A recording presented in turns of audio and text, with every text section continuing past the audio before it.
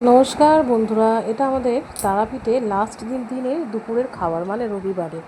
তো কী ছিল দেখো, আমরা ফিশ থালি নিয়েছিলাম আর একটা চিকেন থালি। তার মধ্যে ছিল ভাত, এঁচোড়, পোস্ত, আলু ভাজা, ডাল।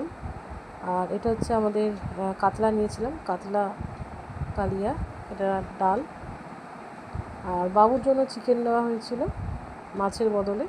তো বাবুকেও দিয়েছিল, ওই এঁচোড় ছিল, বাবুর এঁচোড় নেয়নি। এঁচোড়, পোস্ত, ডাল আর চাটনি, পাঁপড়।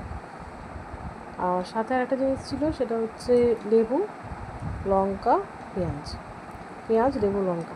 তো এঁচোড়টা যেটা বানিয়েছিল না, নিরামিষ এঁচোড়টা এত সুন্দর খেতে ছিল না, এত মানে নরম, মিলিয়ে যাচ্ছে, ছোটো ছোটো করে কাটা। আর পোস্তটাও অসাধারণ হয়েছিল। নিজে রান্না করি, ঘরে খাই, তবে কেউ দিলে না বেড়ে খাবার বেশ ভালোই লাগে খেতে, জানো তো। আর এখানে এঁচোড়ের স্বাদটা আমার মুখে এখনও লেগে আছে। কেন মাছটা নিলাম, মনে হচ্ছিলো এঁচোড়টা দিয়ে খেয়ে নিই, কিন্তু নিয়েছি মাছটা, খেতেই হবে, কিছু করার নেই।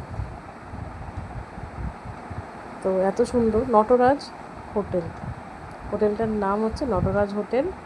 এটা যেদিকটা ওই কেটা আশ্রম আছে, ভারত সেবাশ্রম, ওই সাইডটা পড়বে, তার অনেক আগে, ভারত সেবাশ্রমের আগে, 2-3টে হোটেলের আগে এই নটরাজ।